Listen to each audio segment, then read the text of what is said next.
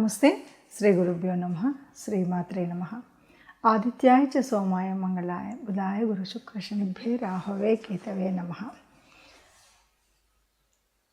మనం ఈ వారంలో ప్రత్యేకించి చేసుకునేటువంటి వీడియోలు గ్రహ గమనంలో జరిగేటువంటి మార్పుల్లో కొన్ని ప్రత్యేకంగా ఉంటాయి. వాటి వల్ల ద్వాదశ రాశుల మీద కొంత ఫలితాలు వేరువేరుగా ఉంటాయి.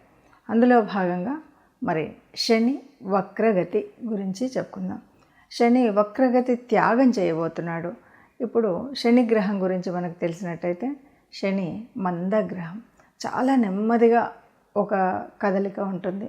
ఒక రాశిలో నుండి ఒక రాశిలోకి వెళ్ళడానికి బోలెడంత సమయం.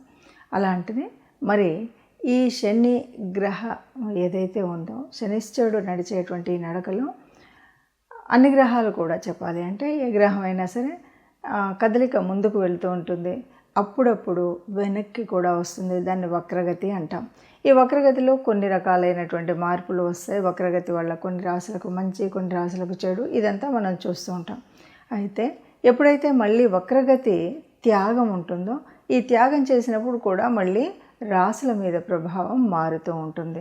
ఆ వక్రగతి వదిలిన తర్వాత శనిశ్చరుడు యొక్క దృష్టులు ఎక్కడ పడుతున్నాయి అంటే 3, 7, 10 ఆ స్థానాల మీద పడేటువంటి దృష్టిల వల్ల వచ్చేటువంటి మార్పులు, అలాగే మరి శనిశ్చరుడు అంటే తనకు మిత్రరాశి వల్ల ఎలా ఉంటుంది, తాను ఉచ్చలో ఉంటే ఎలా ఉంటుంది, ఇలాంటివన్నీ కూడా మనకు కనిపిస్తాయి. కాబట్టి ఒక గ్రహం వక్రత్యాగం చేసినప్పుడు వచ్చేటువంటి ఫలితాలు ఎలా ఉంటాయి, వాటి వల్ల అంటే ఈ ఫలితాలు మనకి మంచి జరగడానికి ఎంతవరకు, లేదా ఏదైనా మనం దానికోసం పరిహారాలు తీసుకోవాల్సి వస్తుందా, ఇలాంటి విషయాలను తెలుసుకోవడం కోసం ఈ వీడియో. అయితే ఈ నెల అంటే నవంబర్ 15వ తారీఖు మనకి శని వక్రత్యాగం చేయబోతున్నాడు. అంటే వెనక్కి వస్తున్నటువంటి తన మార్గాన్ని వదిలి మళ్ళీ తన ముందుకు వెళ్ళేటువంటి, ముందుకు సంచారం జరిగేటువంటి స్థితి మనకు కనపడుతుంది 15వ తారీఖు వరకు. 15వ తారీఖు నుండి మనకు నవంబర్ 15, 2024లో శని వక్రత్యాగం చేయబోతున్నాడు. దీనివల్ల మనకి ద్వాదశ రాశుల వారికి ఎలా ఉంటుంది, ఒక్కొక్క రాశికి ఈ ఫలితాలు సత్ఫలితాలు ఎలా ఉంటాయి, లేదు అంటే మనం ఏం చేసుకోవాలి అనేటువంటి విషయం మీద మనం వీడియోని చూస్తాం. శనిగ్రహం శనిశ్చరుడు అనగానే మనందరికీ తెలిసినటువంటిది క్రమశిక్షణకు మారిపోయారు. ఏదైనా సరే ఎప్పుడు కూడా శనిశ్చరుడు మనకి అంటే ఏళ్ళనాటి శని అనుకోండి, అర్ధాష్టమ శని అనుకోండి, అష్టమ శని అనుకోండి, ఇవి కాకుండా శని దశ అంతర్దశలు, వీటన్నిటిలో కూడా చాలామంది భయపడుతూ ఉంటారు. అమ్మో ఏళ్ళనాటి శని 7.5 సంవత్సరాలు కష్టపడాలా, ఇలాగా అంటే శనిశ్చరుడు వచ్చాడు అంటే కష్టపడాలి అని మాత్రమే అనుకుంటాం. కానీ ఇది మన యొక్క పాపపుణ్యాల ఫలితాన్ని మనకు చూపెట్టేటువంటిదని, మనం అనుభవించేటువంటి కర్మ తప్పనిసరిగా అనుభవించాల్సిన కర్మను చెప్పేదని, అలాగే ఒక క్రమశిక్షణకు మారిపోయారు. ఇప్పటి వరకు ఉన్నటువంటి ఒక బద్ధగాన్ని వదిలి ఒక శిక్షణతో వెళ్ళినట్టయితే ఒక సరైన మార్గంలో వెళ్ళగలుగుతాము అనేటువంటి విషయం తెలియదు. ఎప్పుడు కూడా శనిశ్చరుడు మనం ఇంతకుముందు ఏదైతే అనుభవించాలి తప్పనిసరి అన్నటువంటి వాటిని మనకు చూపెట్టి దాని తర్వాత అతి మంచి విషయాన్ని తను పోతూ పోతూ చాలా మంచి చేసి వెళ్ళేటువంటి గ్రహం ఏదైనా ఉందా అంటే అది శనిశ్చరుడు మాత్రమే. కాబట్టి మనకు ఈ భయాలు ఇవేవి లేకుండా మనం ఉండొచ్చు. అయితే ఏంటంటే తప్పనిసరిగా మనం కొన్ని క్రమశిక్షణను అలవాటు చేసుకోవడం, అంటే శనిశ్చరుడు ఉన్నాడు అంటేనే కొద్దిగా బద్ధకం ఇలాంటివన్నీ ఉంటాయి. కానీ ఆయన ఇష్టపడేది ఏంటంటే మనం బద్ధకాన్ని వదలడం, సమయానికి లేవడం, మనం చేయాలనుకున్న పని వెంటనే చేయడం, ఇలాంటివన్నీ చేసినట్టయితే ఎట్లాంటి నష్టం కాకుండా తాను చాలా వరకు మంచిని ఇచ్చేటువంటి గ్రహం ఏదైనా ఉందంటే శనిశ్చరుడే.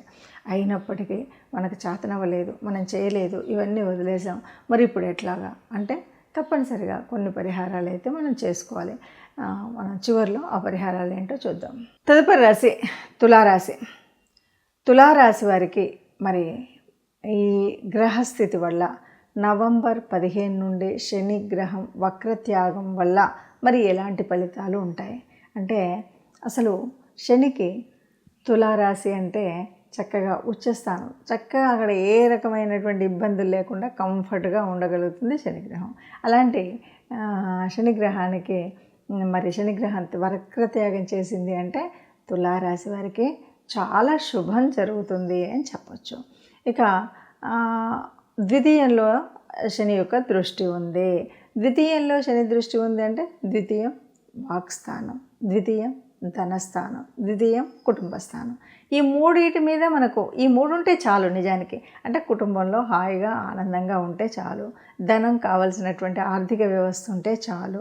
మరి అప్పుడు కుటుంబ స్థానం చక్కగా ఉన్నట్టే కదా. మనం అలాగే ఈ రెండు బాగుండడంతో పాటు మనకు మిత్రులైనా శత్రువులైనా ఎవరు ఎట్లా ఏర్పడతారంటే మనం మాట్లాడేటువంటి మాట ద్వారా. మరి వాక్స్థానం బాగుంది అన్నప్పుడు చక్కగా మాట్లాడగలుగుతాం, ఎవరినైనా మెప్పించగలుగుతాం, ఒప్పించగలుగుతాం. అలా మెప్పించి ఒప్పించగలిగేటువంటి శక్తి ఉంది అంటే మనకి ఏ రకమైనటువంటి ఇబ్బంది రాకుండా ఉంటుంది. అలా మనకి చక్కగా ఏ కష్టం రాకుండా హాయిగా సుఖంగా ఆనందంగా ఉండడం అనేటువంటిది జరుగుతుంది. అలాగే ఇంకా సప్తమం మీద దృష్టి కూడా ఉంది. సప్తమం అంటే భార్యాభర్తల మధ్య కానీ వ్యాపార సంబంధాల్లో కానీ మరి అలాంటప్పుడు అక్కడ కూడా ఇబ్బంది జరగకుండా ఉంటుంది. కాబట్టి ఏ రకమైనటువంటి ఇబ్బందులు లేకుండా హాయిగా ఆనందంగా సాగేటువంటి స్థితి ఈ రాశి వారికి ఉంది. అంతేకాదు తర్వాత దృష్టి మనకి ఇక్కడ 11వ స్థానం. 11వ స్థానం అంటే ఆకస్మిక మంచి లాభస్థానం.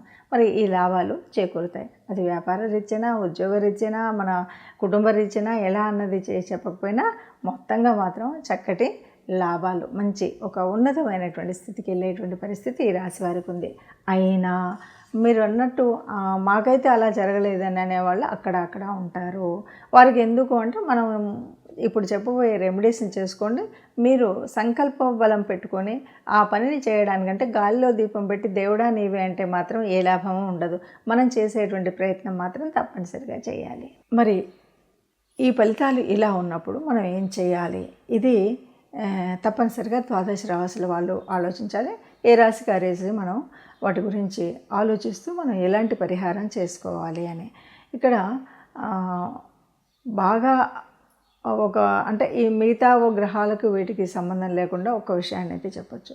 ఎప్పుడైతే నేను ఇది చెయ్యాలి, నేను ఇంకొకరి మీద ఆధారపడతాను అని అనుకోకుండా మనకు మనంగా స్వచ్ఛందంగా ఒక సంకల్పం పెట్టుకొని ఆ సంకల్ప సాధన కోసం తప్పనిసరిగా గట్టి ప్రయత్నం చేసి సంకల్ప బలంతో ఆ గట్టి ప్రయత్నాన్ని కనుక చేసినట్టయితే తప్పకుండా అంటే ఇప్పుడు ఈ వక్రత్యాగం తర్వాత తప్పనిసరిగా మంచి జరుగుతుంది. అంటే ఎందుకంటే మంచి జరుగుతుంది అన్నారు కదా అని మనం దాన్ని అలాగే వదిలేస్తే ఏమీ ఉండదు. అంటే గాల్లో దీపం పెట్టి దేవుడా నువ్వే నాకు రక్ష అంటే జరిగేటువంటిది ఏమీ ఉండదు.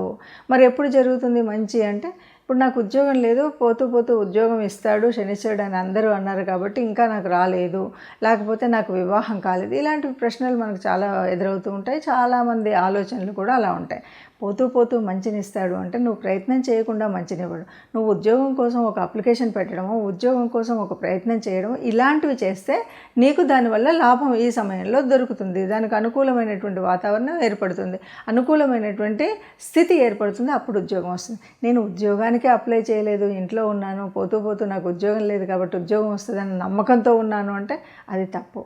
మనం చేసే ప్రయత్నాన్ని చేస్తే కనుక తప్పనిసరిగా ఈ ఉద్యోగ బాధ కానీ అంటే నిరుద్యోగ సమస్య కానీ, వివాహ సమస్య కానీ, సంతాన సమస్య కానీ, లేదు ఉన్నత స్థితిలోకి వెళ్ళడం కోసం ఇల్లు వాకిలి లేనటువంటి వాళ్ళు ఏర్పరచుకోవాలనుకున్నా ఇవన్నీ కూడా పూర్తిగా మనకు లభిస్తాయి.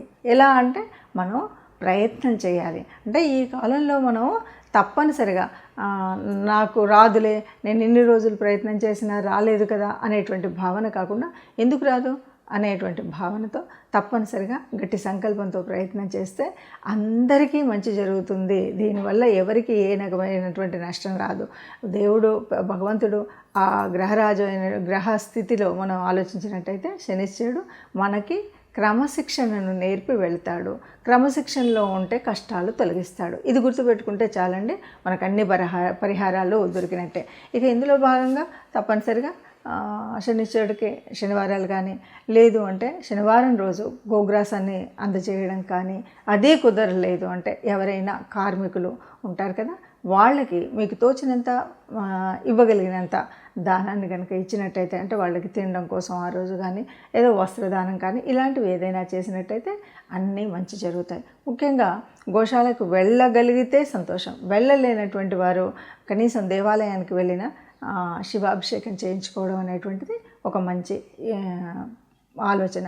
కాబట్టి అభిషేకమైనా చేయించుకోండి, గోగ్రాసమైనా ఇవ్వండి, లేదంటే మన దగ్గర మనకు కనిపించేటువంటి కార్మికులు ఎవరైతే ఉన్నారో వీళ్ళకి మీరు కావలసినట్టుగా, అంటే ఆహారం ఇవ్వడమో వస్త్రం ఇవ్వడమో లాంటివి చేసినట్టయితే మనకున్న దోషాలన్నీ పోయి అంతా కూడా శుభం కలుగుతుంది. అందరూ సుఖంగా ఉండాలని, అందులో మనం ఉండాలని సర్వే జనా సుఖినో భవంతు.